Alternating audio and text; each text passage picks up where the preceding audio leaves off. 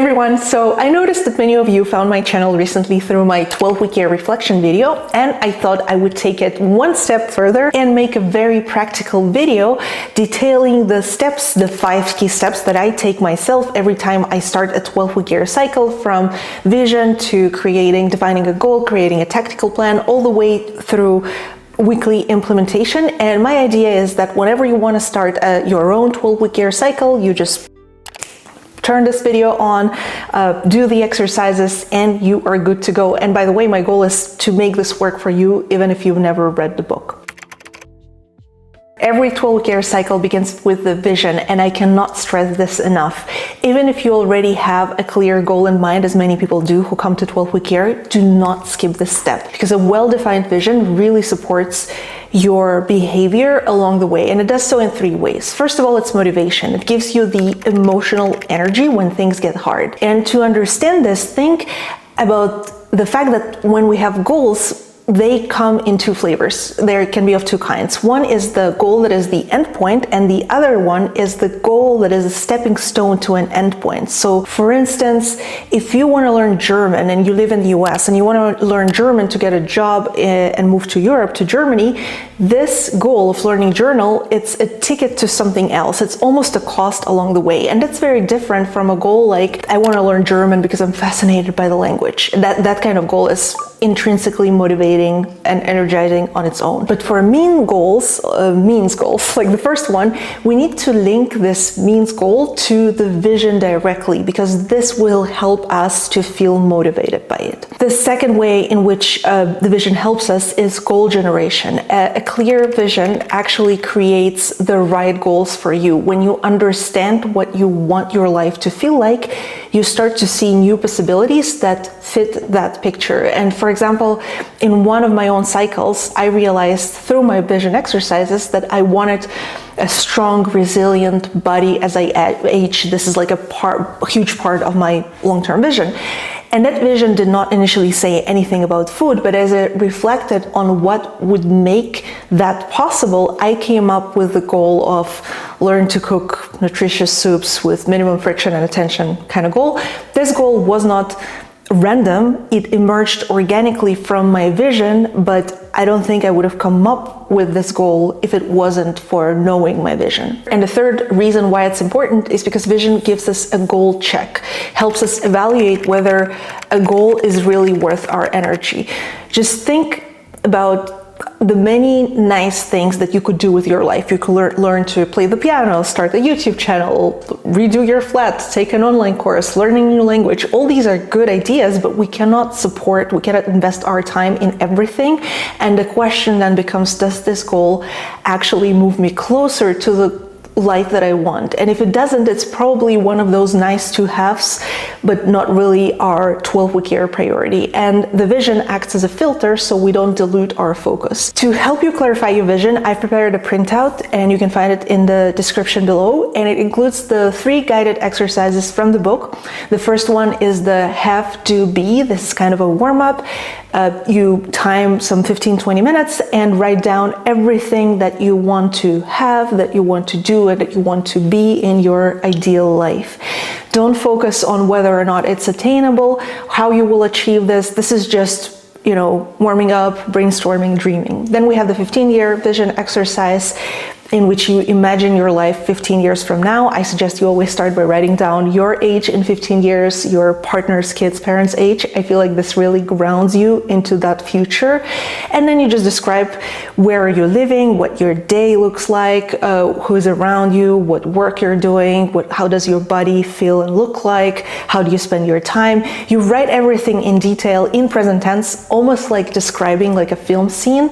And the point isn't prediction, it's direction. This just long horizon helps us to think beyond the immediate pressures of life and just give more specifics to the life that you're building. And then we have the 3-year vision, and the 3-year vision translates that horizon into focus. That's like our bridge between dreaming and doing. You ask yourself, if that was what I wanted in 15 years, where should I realistically be in 3 years so that I'm on track?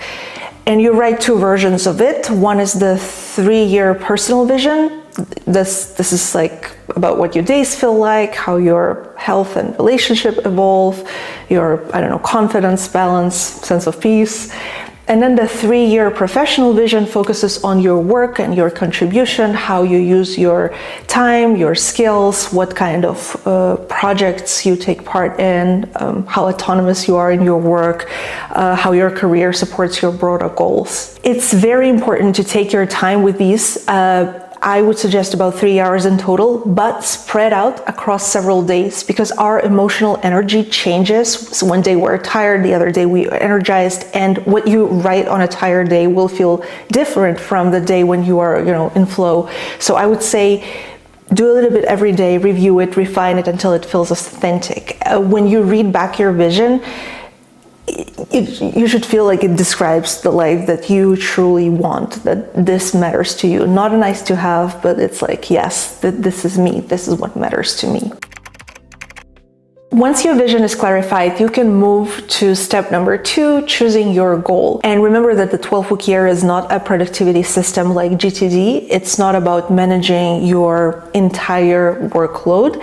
It's about pushing one meaningful thing forward, something you haven't been finding time for in the past, but which would genuinely move your life closer to your vision. Your goal should be something you can achieve within roughly 30 hours of focused work over those whole 12 weeks. So that's about 2 or 3 hours a week of real, concentrated, high focus effort. I feel that the most common mistake people make is, I've been procrastinating for a year, here I have 12-week year, now we'll catch up with my entire life. And that's like in my opinion, a recipe for disaster. We really tend to overestimate how much we can do in a short period of time. 12-week year is rather short per design, and we underestimate how much we can do little by progressing consistently towards our goals. So remember that 12-week year as a framework is not a sprint, it's a marathon, and you should be optimizing for consistency, not for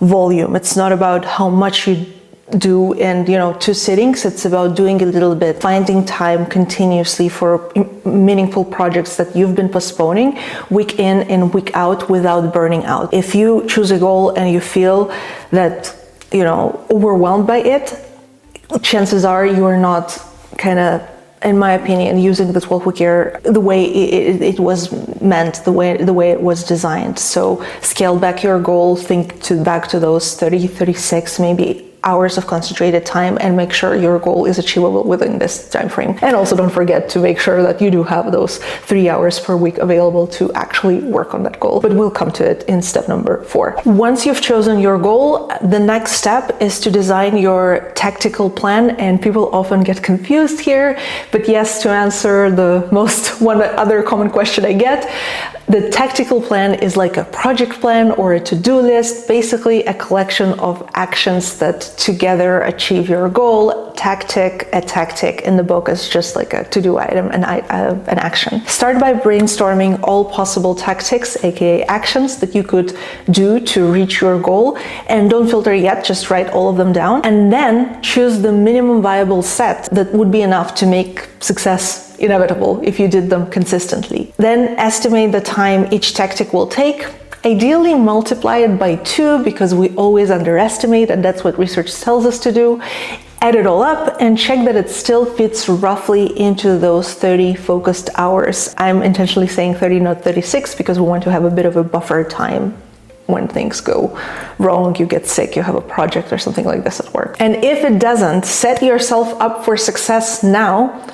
Either scale down the goal or choose more effective tactics, or remove non-essential tactics, but do something that your plan from the start is realistic. Now assign your tactics to specific weeks.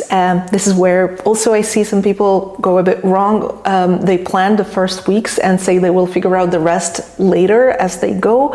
And sometimes we do, but very often we don't. And I'd say this, plan very roughly at this stage, but do commit clearly. You can always adjust those tactics later, but start with a clear plan. It really helps. A good tactical plan also includes measurements that will tell you each week how well you are progressing. And there are a few ways to go about it. At the most basic level, you can track a weekly score, which is simply the number of tactics done divided by the number of tactics planned, multiplied by 100. And we aim for an 85% weekly score. That's the sweet spot where most people actually hit their goals by the end of the cycle. So it's not about being perfect, it's about being consistent. To kick it up a notch, you can define some lead indicators. Those would measure your actions during the week, like number of client calls made, or number of workouts completed, or hours of deep work. And these are, in my opinion, trickier to define because you need to be creative. In this cycle, for instance, my goal is to come up with a selection of quick and healthy meals and learn to make them on autopilot. So my lead indicators are the average number of minutes it takes me to cook those meals, and the number of days I made one of those easy, healthy meals at least once per day. And there is no right or wrong here. You have to track whatever will give you the feedback on whether or not you're making progress towards your goal. And for me, the faster I cook and the more of those meals I cook, instead of reaching out for something less healthy, that's the metric that I chose for myself. Nonetheless, you can have the best tactical plan in the world, but if you don't plan when you'll do the work, it simply won't happen. And that's why step number 4 is about performance time, or as I often call it, just strategic time blocks, because that's the most important part of it. So look at your week and find a window when you feel the least overwhelmed, maybe Monday morning or a quiet afternoon midweek, and that will become your strategic block. So literally block it in your calendar. This is your non-negotiable time for deep work on your 12-week year goal. Don't give it away to meetings, to errands, to friends. Really protect it. If life gets in the way, fine, you can move it, but don't delete it. And ideally, your strategic block should happen early in the week. That way, if something derails it, something slips, you can still have time to catch up. Now, the 12-week year also distinguishes between strategic work and shallow work, and strategic work moves your goal, forward with the kind of, focused effort that creates progress. And shallow work is the administrative, reactive stuff like emails, like errands, updates. If you already use this idea from Cal Newport's deep work, you'll recognize this. You don't need to, according to the author, you do need to block shallow work explicitly, but I think you can also just be mindful of it and don't let your shallow tasks take up your clear, focused energy during your strategic blocks. Instead, make sure that during your strategic blocks, you work on the most complicated tactics from that week. And then if your goal needs some administration, leave it to whenever you hopefully already do the rest of your admin work, which is hopefully not first thing in the morning or whenever you are the most focused, but some other time of the day. Like for me, I'm a morning person, so I've done my admin stuff when I'm tired after lunch in the second part of the day. For you, it might be a different time of the day, but the important part is shallow work, tired time go together really well. Finally, step number 5, accountability. In the 12-week year system, this takes the form of VAMs, weekly accountability meetings. You do them in groups of 3-4 people every week for around 30 minutes. And during those meetings, you share progress in relation to your overall 12-week year goal, your score for the past week, and your next week's plan. You ask each other clarifying questions, not judgmental ones, not like, why didn't you do it? But like, what made it hard this week? And not like, you should just try harder. You can ask, what would make this easier to sustain next week, something like this. And the power of these groups lies in empathy and reflection. And I personally find my VAMs very grounding because you really realize that everyone struggles with something. We all have our own circumstances, whether your partner is being supportive or if you have like a stressful relationship, if your parents are healthy, whether you have quiet time or you live in a constant noise, even the weather, affects our energy. So in your VAMs, remember that it's not about comparing progress with other people. It's about comparing yourself with your previous self, given your circumstances. So if your week was really difficult and you still managed just a few things, celebrate that. The 12-week year cycle is not a competition, it's a rhythm. And I'm sure that as a group or even on your own, you'll start to notice patterns, which tactics work best, which ones drain you, how your motivation evolves. And that awareness in itself is a very powerful tool. If you have a small group of peers following 12-week year with you, fantastic. But if you don't have a group, this is why I made this video, share it with your friends. And I think it has everything to get you started and have a rewarding 12-week year cycle. If you have any questions, I'm available in comments. Bye.